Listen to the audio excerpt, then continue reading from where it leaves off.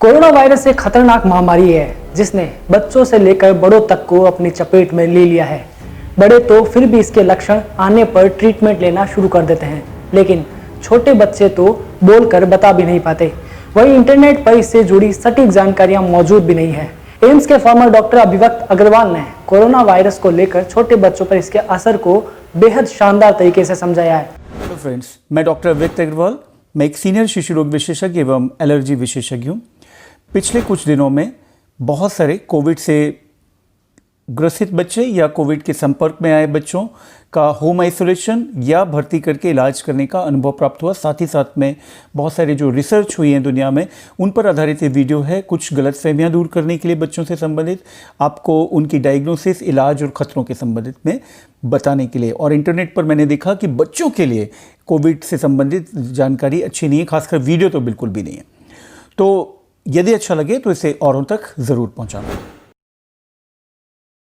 एक जो common perception है या रिसर्च भी कहती हैं कि बच्चों में एडल्ट्स की तुलना में खतरा कम होता है, खासकर मृत्यु का। और ये सच है रिसर्च के हिसाब से। लेकिन साथ ही साथ में इस चक्कर में कुछ गलतफहमियां बहुत सारे हेल्थ पर्सनल्स को भी हो जाती है। मैंने देखा कि किसी के दादा दादी बीमार हैं या माता पिता बीमार हैं और उनको किसी मेडिसिन के डॉक्टर ने बोल दिया कि बच्चों का ज़्यादा खतरा नहीं रहता है, तो कुछ भी नहीं करने की ज़रूरत है। लेकिन ये गलत हो सकता है, क्योंकि खासकर लेस देन 2 ईयर्स के जो बच्चे हैं वह गंभीर भी हो सकते हैं कोविड की वजह से। तो ये ध्यान रखिए कि यदि कोविड के लक्षण हैं तो उनकी प्रॉपर जांच, इवैल्यूएशन होना चाहिए। अब होता है कि पेरेंट्स बीमार हो गए कोविड से, कहीं भर्ती हैं या होम आइसोलेशन में, तो वो कहीं लेके नहीं जा सकते हैं बच्चों के डॉक्टर के पास या कहीं भी, उनको मोस्टली ऐसा भी होता है। तो आप ये कर सकते हैं कि आजकल ऑनलाइन प्लेटफॉर्म्स जो हैं, जैसे कि बहुत सारे ऑनलाइन प्लेटफॉर्म्स हैं, डॉकॉन वगैरह, उनके थ्रू आप किसी डॉक्टर को कांटेक्ट कर सकते हैं बच्चों के, या आपके अपने मोहल्ले के डॉक्टर होंगे जो आपको मदद कर सकते हैं व्हाट्सएप वगैरह के थ्रू। तो ज़रूरी है कि एक इवैल्यूएशन कम से कम डॉक्टर को पता हो कि बच्चे को क्या लक्षण हो रहे हैं। ठीक है, लेस देन 2 ईयर्स में खासकर ध्यान रखना है, और यदि लेस देन 1 है बच्चा या लेस देन 6 मंथ है तो और भी ज़्यादा ध्यान रखने की ज़रूरत है। हम लोगों ने काफ़ी सारे बच्चे, गंभीर बच्चे भी ठीक किए हैं मेडिकल कॉलेज में, जबलपुर में भर्ती हुए थे जो।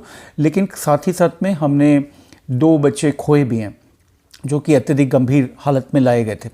तो इसको, क्योंकि ये अनिश्चित बीमारी है, अनप्रिडिक्टेबल डिसीज़ है।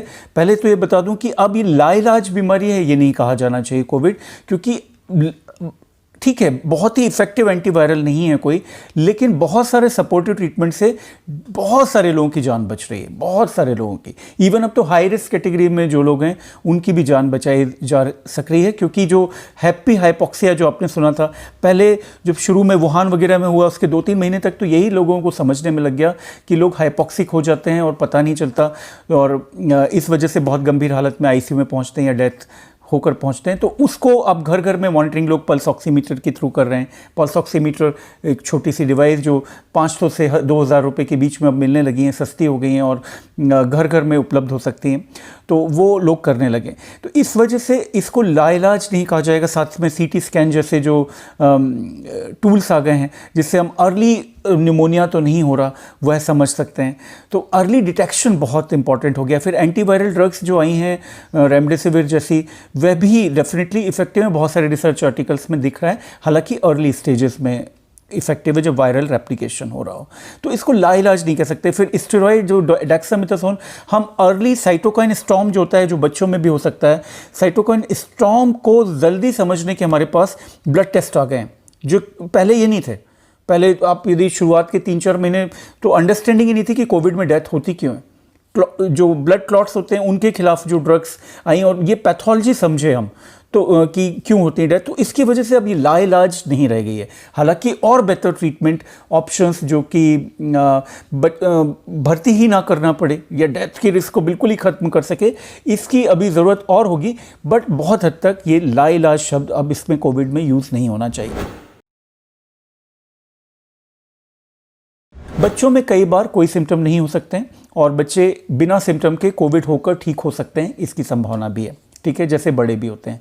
दूसरा है सिम्टम्स में जो बुखार, सिर्फ बुखार भी कोविड हो सकता है इस समय, यदि आपके एरिया में काफ़ी सारे कोविड के पेशेंट्स हो चुके हैं तो। ठीक है, तीसरा है सर्दी खांसी के साथ यदि बुखार है तो बहुत ज़्यादा संभावना है, यदि आप एंडेमिक हाइपर एंडेमिक एरिया में कोविड के, तो कोविड हो सकता है। लेकिन इसमें मैं जो तरीका अपनाता हूँ क्लिनिक पर अपने या मेडिकल कॉलेज में, वही अपनाता हूँ जानने का कि इसको कोविड की संभावना हो सकती है क्या बच्चे को। मैं ये क्वेश्चन पूछता हूँ, क्या किसी और के घर में किसी और सदस्य को पिछले 10 दिन में बुखार हुआ है क्या। यदि घर में एक से ज़्यादा सदस्य बीमार हैं तो बिल्कुल कोविड टेस्ट के लिए जाइए, क्योंकि बहुत सारी बीमारियां एक से ज़्यादा सदस्य को साइमल्टेनियसली नहीं हो रही होती हैं। ऐसे करके मैंने काफ़ी सारे लोगों की डायग्नोसिस बनाई है जो ये मान नहीं रहे थे कि हमें कोविड हो सकता है। बहुत लोग रिलेक्टेंट होते हैं कोविड टेस्ट के लिए, लेकिन कोविड बच्चों की टेस्टिंग या बड़ों की टेस्टिंग इसलिए ज़रूरी होती है क्योंकि आप दूसरों को बचा सकते हैं, खासकर बुजुर्गों को अपने घर में बचा सकते हैं जो कि हाई रिस्क होते हैं। हाई रिस्क में हैं, उनका ट्रीटमेंट हो भी जाएगा तो भी फाइनेंशियल बर्डन या आपका वर्क लॉस ये सब होता है, तो बेहतर है कि बुजुर्गों को बचाइए। दूसरा, बच्चे जो, तो मैंने बताया आपको सर्दी खांसी बुखार, इसके अतिरिक्त बच्चों में कभी कभार सिर्फ पेट दर्द, लूज मोशंस और बुखार, इस तरह से भी कोविड के केसेस आते हैं। कभी कभी कोविड के केसेस बच्चों में ठीक हो गया बच्चा, अभी हमारे पास एक बच्चा ऐसा आया था जो ठीक हो गया, लेकिन 1 महीने बाद तेज़ बुखार और रैशेस और कहीं कहीं जॉइंट पेन, इरिटेबिलिटी के साथ आया। ये कावासाकी डिसीज़ जैसे एक होती है उसके जैसे लक्षणों के साथ आते हैं। ये कोविड वायरस की वजह से नहीं है, कोविड वायरस के खिलाफ जो ऑटोइम्यून रिस्पॉन्स पैदा होता है उसकी वजह से इस तरह के केसेस भी बच्चों में पाए जाते हैं। कभी कभी हमने ये भी देखा कि बच्चों में मेनिंजाइटिस, जो मस्तिष्क ज्वर जैसे फीचर्स, खासकर यदि बच्चे अर्ली दिखाए नहीं गए डॉक्टर को या कोई ट्रीटमेंट या कोई जांच नहीं हुई है रिलेवेंट, तो वो मेनिंजाइटिस के फीचर्स के साथ भी बच्चे आ सकते हैं, जिसमें झटके आना, बेहोशी आना, ये सब भी हो सकता है। लेकिन आमतौर पर ज़्यादातर बच्चे खुद ब खुद ठीक हो जाते हैं। बट इसमें ये समझने की बात है कि बच्चे वायरस के वाहक हो सकते हैं। मतलब बच्चे तो खेल कूद रहे हैं, हल्का फुल्का बुखार हुआ है, लेकिन वो अपने दादा दादी, नाना नानी, माता पिता तक वायरस को ले जा सकते हैं। इस वजह से भी ज़रूरी है कि बच्चों को यदि लक्षण लग रहे हों तो डॉक्टर को संपर्क करें, उनको आइसोलेट करने के लिए भी प्रयास करें बिना उनकी देखरेख को प्रभावित किए हुए। ठीक है, जैसे एक परिवार मेरे पास आया था तो उनकी बच्ची 6 साल की बच्ची, सारे परिवार को हो गया था कोविड और वो बस अकेली बच्ची थी जिसको नहीं हुआ था, तो उसको आइसोलेटेड करके, वो इतनी कोऑपरेटिव बच्ची थी कि 6-7 साल की उम्र में उसने अपना खुद का पूरा ध्यान रखा, खुद वो मतलब सब अपनी देखरेख खुद करती थी और यहाँ तक कि अपने छोटे भाई की भी देखरेख करने लगी थी। वो 7 ईयर्स के अराउंड की बच्ची थी।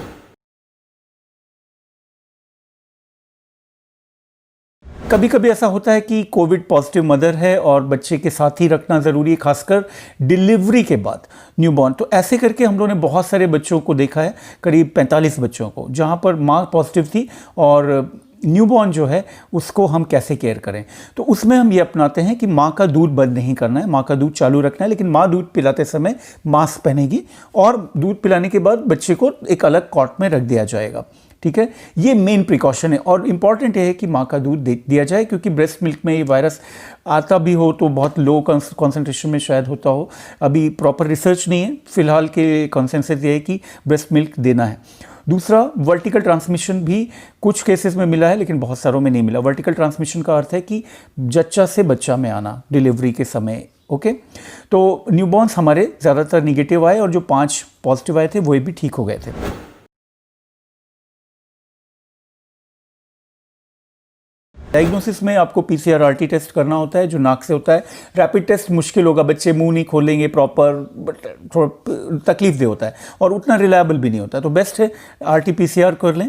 ठीक है, यदि आपको सिम्टम्स लग रहे हैं तो CT चेस्ट की बच्चों में उतना रूटीनली ज़रूरत नहीं है, लेकिन 3 से 4 दिन के बाद साइटोकाइन स्टॉर्म के जो टेस्ट होते हैं जैसे कि CBC, CRP, डी डायमर, ये टेस्ट करवा लेना चाहिए 3 से 5 दिन के बीच में, और इनमें यदि गड़बड़ी लग रही हो तो उसके अनुसार स्टेप लेना चाहिए। जब मैं यहाँ तक बात कर रहा हूँ तो यूजली ये बच्चे घर पर ही ट्रीट हो रहे होंगे, होम आइसोलेशन में होंगे। यदि उनको सांस लेने में कोई दिक्कत नहीं है, कोई झटके नहीं, कुछ नहीं, बच्चा खेल रहा है, खा रहा है, तो बिल्कुल घर में ही रहेगा वो। ठीक है, लेकिन 3 से 5 दिन के बीच में ये जाँचें करा लें। मैंने एक बच्चा ऐसा देखा जिसका डी डायमर काफ़ी अधिक था और उसको फिर हम लोगों ने डिसाइड किया कि भर्ती किया जाए। ठीक है, तो कई बार बच्चे अपेरेंटली उतने ख़राब नहीं लग रहे होते हैं, लेकिन रिपोर्ट्स में कुछ ऐसा दिख सकता है जहाँ पर आपको इंडिकेशन हो कि नहीं, कुछ हम थोड़ा कॉशियस होकर ट्रीट करें।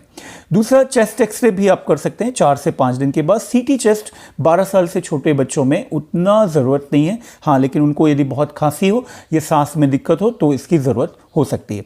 अब हम आते हैं ट्रीटमेंट पार्ट पर। तो एडल्ट्स में आजकल एंटीवायरल ड्रग आ गई हैं, जैसे कि फेविरापिविर है या रेमडेसिविर है, ये दी जाती हैं।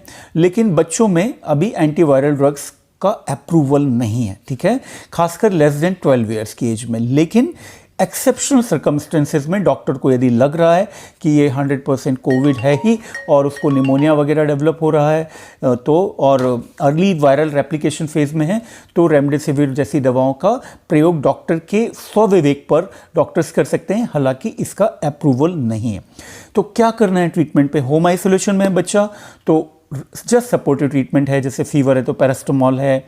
आप एक एंटीबायोटिक यूज़ कर सकते हैं, छोटे बच्चों में डॉक्सीसाइक्लिन अवॉइड की जाती है तो एजिथ्रोमाइसिन, और यदि 8 साल के ऊपर का बच्चा है तो डॉक्सीसाइक्लिन वगैरह भी यूज़ की जा सकती है। ये मैं ये नहीं बोल रहा हूँ कि आप इसको ट्रीट करें, ये वीडियो देखकर कोई भी आम आदमी ऐसा ना करे। डॉक्टर्स के लिए ये वीडियो, क्योंकि डॉक्टर्स भी देखेंगे, मेडिकल पर्सनल्स देखेंगे, उनको भी गाइड करने के लिए एक रफ गाइडेंस है ये, ठीक है। तो एजिथ्रोमाइसिन जैसी दवा दी जा सकती है, हालांकि एंटीबायोटिक्स का डायरेक्टली कोविड में कोई रोल नहीं है, ठीक है, बट सेकेंडरी इन्फेक्शंस के लिए ओके।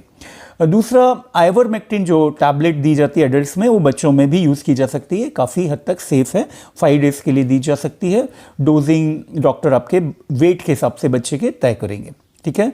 आप इन सब चीज़ों के लिए, क्योंकि बच्चा घर पर आइसोलेटेड है, तो कोई ऑनलाइन प्लेटफॉर्म का यूज़ करके अपने डॉक्टर से बात कर सकते हैं, ठीक है।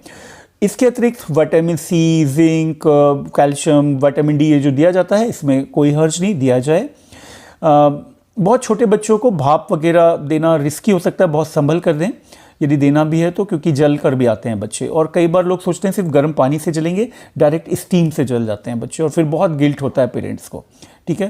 तो बहुत ही सोच समझ कर उसका प्रयोग करें। अच्छा खाना, बैलेंस डाइट, कोई व्यर्थ के परहेज नहीं करें। दाल, चावल, सब्जी, रोटी, फल, दूध, फ्रूट्स हर तरह के दे सकते हैं जो बच्चे को पसंद आए। फोर्सफुल फीडिंग मत करिए। बच्चे को यदि वोमिटिंग्स वगैरह हो रही हैं तो एंटी एमेटिक जो वोमिटिंग की दवाएं, उनकी ज़रूरत हो सकती है, और उस समय आप ज़बरदस्ती ना खिलाएं बच्चे को। थोड़ा बहुत अंदर बाहर खेलने दें, जहाँ पर कोई दूसरे लोग ना हो, जैसे आंगन है, छत है, लेकिन आपकी मॉनिटरिंग में, ठीक है, ये करें। और एंटीवायरल ड्रग्स की आमतौर पर ज़रूरत होती नहीं है, बच्चे थोड़े दिन में ठीक होने लगते हैं और हो जाते हैं। अभी मैंने एक बच्ची देखी थी जिसको डेंगू भी पॉजिटिव था और कोविड भी तो ठीक हो गई वो फॉर्चुनेटली, और घर पर ही रहकर ठीक हो गई। तो इस तरह से बच्चों में ट्रीटमेंट सिंपल है, लेकिन साथ ही साथ में नेग्लेक्ट नहीं करना है। कोविड भी अब क्योंकि पूरी तरह लाइलाज नहीं है, काफ़ी हद तक लोग ठीक हो रहे हैं, तो भी इसमें अभी हमें प्रिकॉशंस की ज़रूरत है, क्योंकि एक साथ जब बहुत लोग बीमार होते हैं देश में, तो हमारा हेल्थ इंफ्रास्ट्रक्चर खराब रिजल्ट देने लगेगा, वही बीमारी में खराब रिजल्ट आएगा, ठीक है। इस लाइक कि एक आप गृहिणी हैं और आप खाना बहुत अच्छा बनाती हैं, लेकिन अचानक बिना बताए आपके घर में 20 लोग आ जाते हैं, तो आप कितनी जल्दी और कितना अच्छा खाना बना सकती हैं, और 20 की जगह फिर 40 आ जाएं तो कितना हाइजीनिक, कितना जल्दी, कितना अच्छा खाना बना सकती है ना। सेम चीज़ों में आपकी गड़बड़ होने लगेगी जो आपको ऑलरेडी काम आता है। तो इसलिए लोगों को ये समझना चाहिए कि ये इस तरह से कहना कि ये फालतू का वायरस है, झूठ है, ये सब गलत है। मैंने ये देखा कई पढ़े लिखे लोग भी इस तरह की बात करते हैं, और ये एक्चुअली एक तरह की सेल्फिशनेस की निशानी भी है, क्योंकि आप ठीक हो गए, आपके घर में कोई ठीक हो गया, आपको नहीं हुआ, तो आप समझ रहे हैं कि ये कुछ भी नहीं है। लेकिन आप यदि किसी भी मेडिकल कॉलेज जाकर देख लें, वहाँ पर हालात देखें, अंदर जाकर मरीजों की, उनकी तकलीफ़ों की, तब आपको समझ आएगा। दूसरा, मैं एक मैसेज और देना चाहूँगा, क्योंकि ये नया वायरस है, इसके डेथ के बारे में तो आपको पता चल गया कि डेथ पहले ज़्यादा थी, अभी कम होते जा रही, इलाज क्योंकि आ गए हैं। लेकिन अभी भी जो नहीं पता है साइंटिस्ट को वो है क्या ये लॉन्ग कोविड सिंड्रोम कर सकता है। लॉन्ग कोविड सिंड्रोम का अर्थ होता है कि लोगों की लाइफ को लंबे समय के लिए अफेक्ट या ज़िंदगी भर के लिए क्या अफेक्टेड कर सकता है क्या, क्योंकि ये मल्टी ऑर्गन और डिसीज़ है, बहुत सारे डिफरेंट ऑर्गन्स पर, लंग के अलावा भी लंग, हार्ट, ब्रेन इन पर असर करती है। साइकियाट्री प्रॉब्लम्स कुछ लोगों को देखने मिल रही हैं, कुछ लोगों को हार्ट रिदम की प्रॉब्लम देखने मिल रही हैं, ठीक होने के बाद की बात कर रहा हूँ। कुछ लोगों को लंग्स की प्रॉब्लम मिल रही हैं, जो कि उनकी ब्रीदिंग डिफ़िकल्टी जा ही नहीं रही है, कुछ लोगों की थकावट जा ही नहीं रही है 6-6 महीने तक। तो इसको इस तरह से भी मत लीजिए, आपकी क्वालिटी ऑफ लाइफ अफेक्टेड हो सकती है। साथ में किसी भी देश में यदि बहुत लोग यदि इन्फेक्टेड होकर उनकी यदि प्रोडक्टिविटी कम हो जाएगी तो वो देश का बहुत बड़ा लॉस है। तो इस तरह से मत लीजिए। साथ ही साथ में बच्चों के केस में अभी हमें ये नहीं पता है कि ये कहीं डॉर्मेंट तो नहीं हो जाता वायरस, वेरिसेला ज़ोस्टर जैसे जो चिकन पॉक्स वायरस होता है वो कहीं पर जाकर छुप जाता है, फिर कई सालों बाद हर्पीस ज़ोस्टर के रूप में उभरता है। तो इस तरह की पॉसिबिलिटीज़ जब तक साइंटिस्ट ना बोल दें कि नहीं ऐसी खतरे नहीं है, तब तक इसको आपको बचे रहिए। कोशिश कीजिए कि वैक्सीन जब तक ना आ जाए तब तक आप अपने फैमिली को बचा कर रखें, खुद को बचा कर रखें और दूसरों को बचा कर रखें। और यदि आप ऐसा कर पाते हैं तो आप सबसे बड़े देशभक्त हैं। आपके अपने विचार हो सकते हैं कि ये वायरस कुछ भी नहीं है, लेकिन इसको आपको दूसरे, तो आप मत अपना प्रिकॉशन लीजिए, लेकिन आपको हक नहीं है कि दूसरे को आप बीमार करें, दूसरे के लिए इरिस्पॉन्सिबल बने, ठीक है। और तो ये विचार, ये कॉन्स्पिरेसी जो आप मानते हैं इसको मानिए, लेकिन दूसरे को मत अफेक्ट करिए। हम भारतीय लकी रहे कि थोड़ा लेट आया, तो उससे हम तैयारियों का भी मौका मिला, साथ ही साथ में इस बीच वायरस को समझने लगे, उसकी पैथोलॉजी, वो कैसे मारता है, हाइपोक्सिया क्या होता है, उससे कैसे उसे डिटेक्ट करें, निमोनिया को जल्दी डिटेक्ट करने का तरीका क्या है, एंटीवायरल ड्रग्स कुछ आ गई। जो साइटोकाइन स्टॉर्म से बहुत सारी डेथ होती थी 11वें-12वें दिन पर, 9वें दिन पर ठीक होता था मरीज और सडन डिटोरेशन होता था। साइटोकाइन स्टॉर्म को जल्दी समझने के टेस्ट आ गए और उसको ट्रीट करने के लिए स्टेरॉइड्स चमत्कारिक साबित हुए। तो हम इस रूप में लकी रहे, इसलिए भी हमारा डेथ रेट कम हो रहा है। लेकिन फिर भी जिन पर बीत रही है उन पर बीत रही है। और एक ही परिवार में क्योंकि बहुत लोग बीमार हो जाते हैं तो उनका काम का लॉस होता है, फाइनेंशियल लॉस होता है, और बहुत दिन तक जो कमज़ोरी वगैरह बनी रहती है वो सब तो होती है। तो थैंक यू वेरी मच। उम्मीद करता हूँ कि ये वीडियो आपको हेल्प करेगा। डरने की बात नहीं है। हम बहुत हद तक इंडिया को संख्या के रूप में भले ज़्यादा हो, लेकिन हम बहुत चीज़ों में लकी रहे मैं कहूँगा, और हम अच्छा चल रहे हैं अभी भी। डरिए मत, लेकिन प्रिकॉशन नहीं रखते हैं तो वो भी गलत है। डरना भी गलत है, प्रिकॉशन नहीं रखना भी गलत है। Thank you very much.